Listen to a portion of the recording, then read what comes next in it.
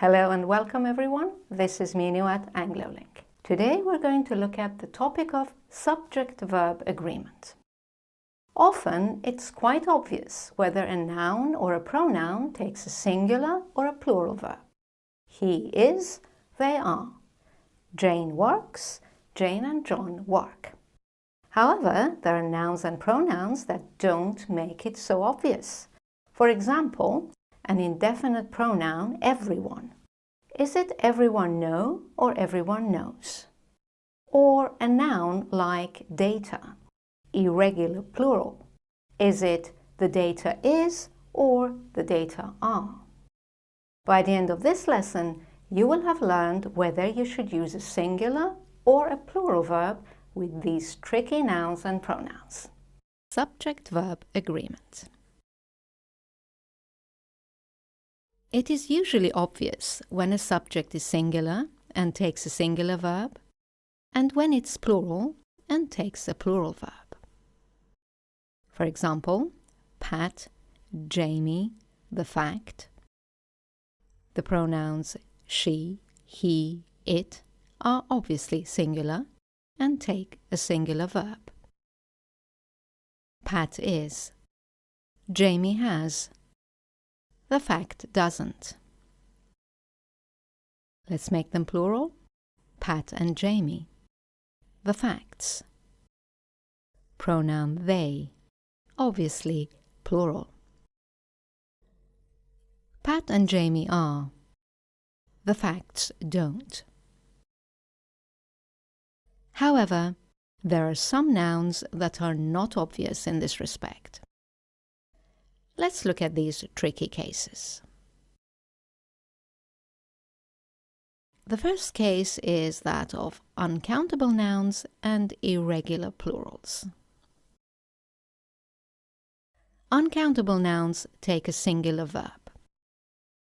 You know quite a few uncountable nouns. Information, knowledge, advice, evidence, luggage, etc. Always use a singular verb with these. Your advice has been very helpful. And of course, irregular plurals take a plural verb. These are words like people, children, men, criteria, etc. Many people are becoming aware of the issue. A brief note here that data is the plural of datum, so it should really take a plural verb. However, in modern usage, it can be used with a singular or a plural verb.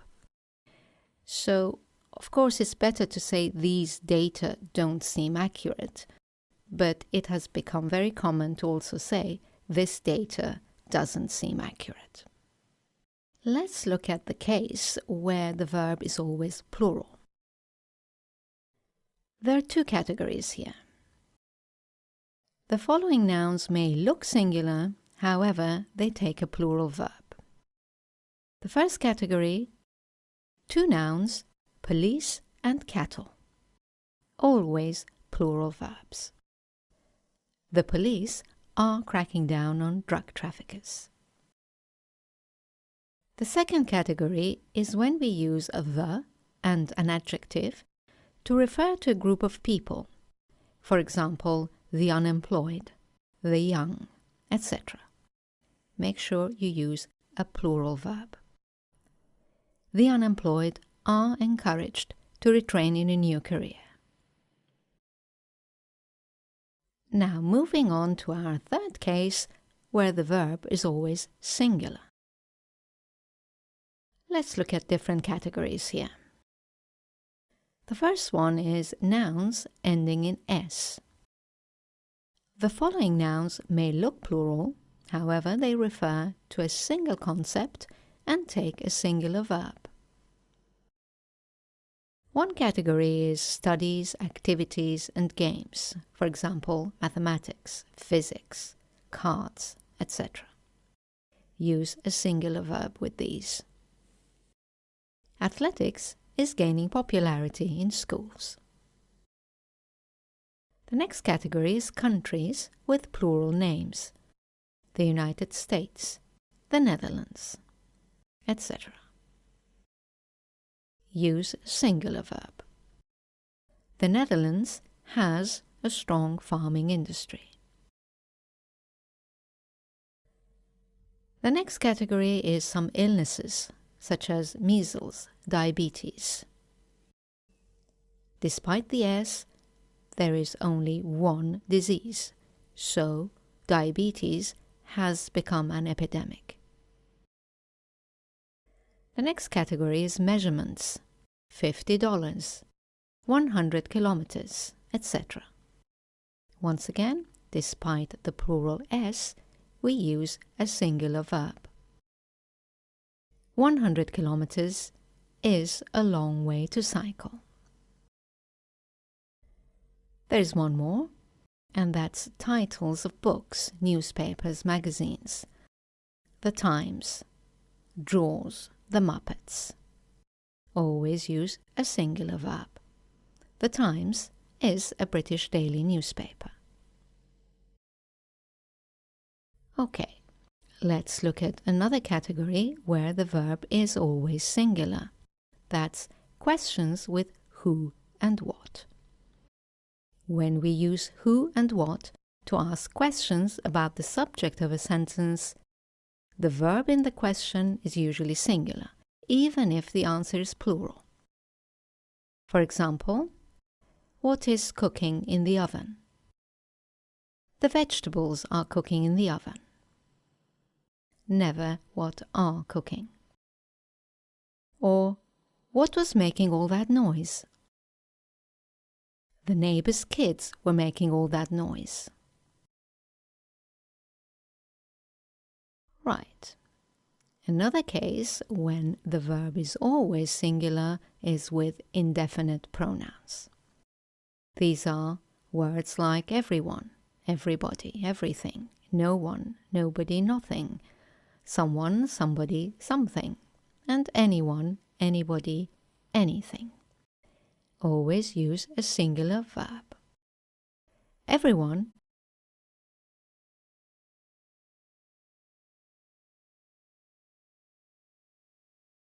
has left. Somebody was calling your name. Is there anything wrong? Right. A little note here that if you need to use a second pronoun or a possessive adjective with the indefinite pronouns that refer to people, you can use he or she, or you can use the genderless pronoun they. Let's have a look. Everyone was present with his or her partner. You can also say everyone was present with their partner. Another example, somebody has phoned, but he or she hasn't left a message. You can also say, somebody has phoned, but they haven't left a message. Note that in question tags, we only use they. Everyone was present when they. Somebody has phoned, haven't they? On to our last case, when the verb is sometimes singular and sometimes plural. There are several categories here. Let's have a look. Nouns. Some nouns that end in S can be both singular and plural. The most common ones are these three: series, means, and species. For example, you can use series as a singular noun. This is an interesting series. Or a plural noun. These are interesting series. There is one word to be careful of, and that's the word headquarters. Headquarters can be used with a singular or a plural verb. So there are two headquarters. Here, headquarters is plural. The Middle East headquarters is in Dubai. Here, headquarters is singular. We're talking about one. But in spoken English, you can use, and you will often hear, the Middle East headquarters are in Dubai. Let's look at another category, which is fractions and percentages. For example, 3/4, 75%, etc. Here, it depends on whether the noun following the fraction or percentage is singular or plural. For example, 2/3 of the evidence was rejected. Evidence is uncountable, and therefore you must use a singular verb, was. But if we say 65% of the statements, we have to change to a plural verb. 65% of the statements were false. Right, our third category here is one object composed of two parts. For example, scissors, trousers, pants, glasses, etc. Here you can either use the expression a pair of and a singular verb, or you can use them directly with a plural verb. So you can either say, this pair of glasses suits you better, or these glasses suit you better. Okay, let's look at the fourth category here, collective nouns of people and organizations. For example, couple, family, team, staff, company, etc. And also names of organizations. For example, the United Nations, the BBC, Greenpeace. For these two categories, you can use either a singular verb or a plural verb. Both would be correct. As a tip, we usually use a singular verb when we're thinking of the group or organization as one unit. And we use a plural verb when we're thinking of the activity of each individual member. For example, you would say his family is quite large, thinking of the family as one unit. But his family have given him their full support. Here, we're thinking of each individual member of the family. Another example would be Greenpeace is an environmental organization. Greenpeace is one unit. But Greenpeace have objected to these measures. Greenpeace's individual members. Right, a little note here that if you use a singular determiner such as a, this, that, every, or each, you must use a singular verb. For example, every family in this neighborhood is Chinese. Or, this team has already chosen its name. Right, let's move on to determiners. Let's look at determiners some, any, all, and no. With these determiners, it depends on whether the noun following these is singular or plural. Let's look at some examples. Was any of the evidence rejected? So evidence is an uncountable noun, and therefore we must use was before any. Was any of the evidence rejected? Answer, yes, some of the evidence was rejected. Now, if we change evidence to statements, we need to change to a plural verb. Were any of the statements true? And the answer, no, all of the statements were false. Let's look at no. No other evidence has been submitted. Change to statements, plural, and the verb changes as well. No other statements have been found. Let's look at other determiners. These are none, neither and either. With none, in formal English, we usually use a singular verb.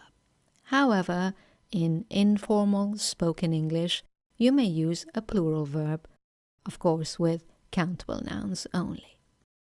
So, none of this evidence is reliable, but none of these statements is or are true.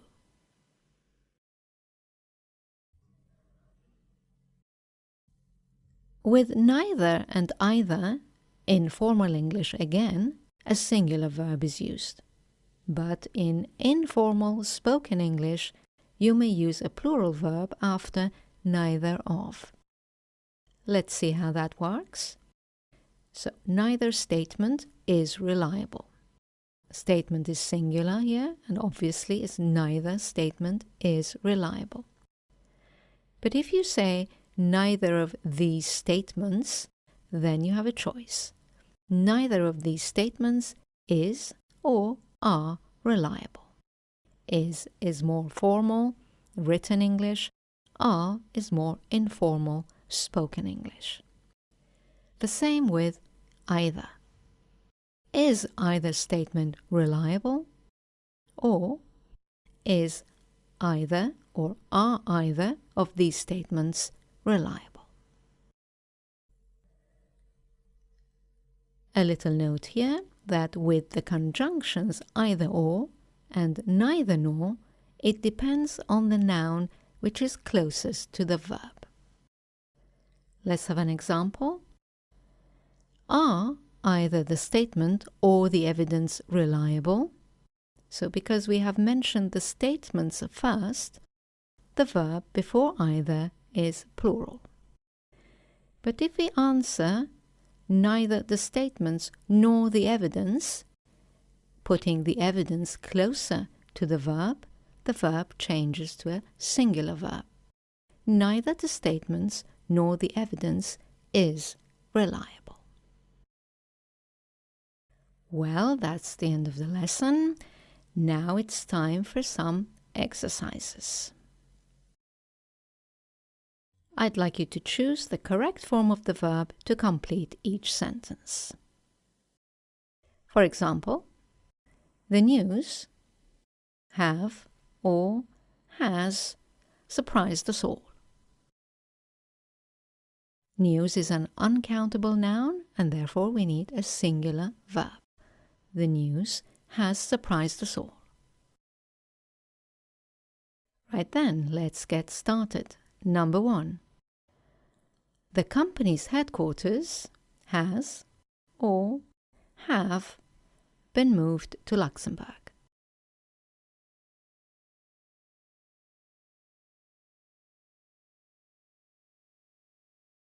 As you will remember, with headquarters, we can use either a singular verb or a plural verb. So you can say, the company's headquarters has been moved to Luxembourg. This is probably more grammatically correct. But you can also say, the company's headquarters have been moved to Luxembourg. Right, next one, number 2. The police have or has just issued a statement.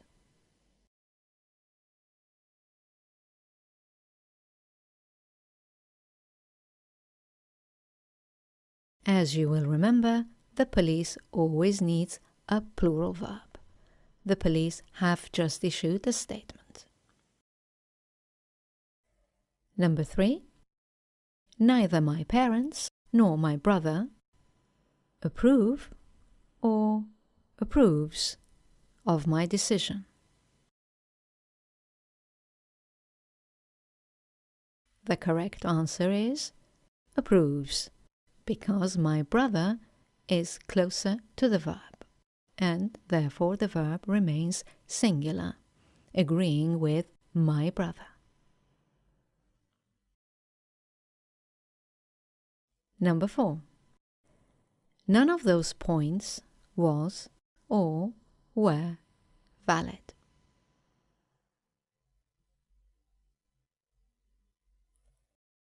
Once again, both verbs are correct. In formal English, was is better. In spoken English, were is more common. Number 5. The Philippines lie or lies in Southeast Asia. The correct answer is lies. Despite the S, the Philippines is one country and takes a singular verb. Number 6. Physics was or were my favorite subject at school. Physics is one subject and therefore the correct answer is was, a singular verb.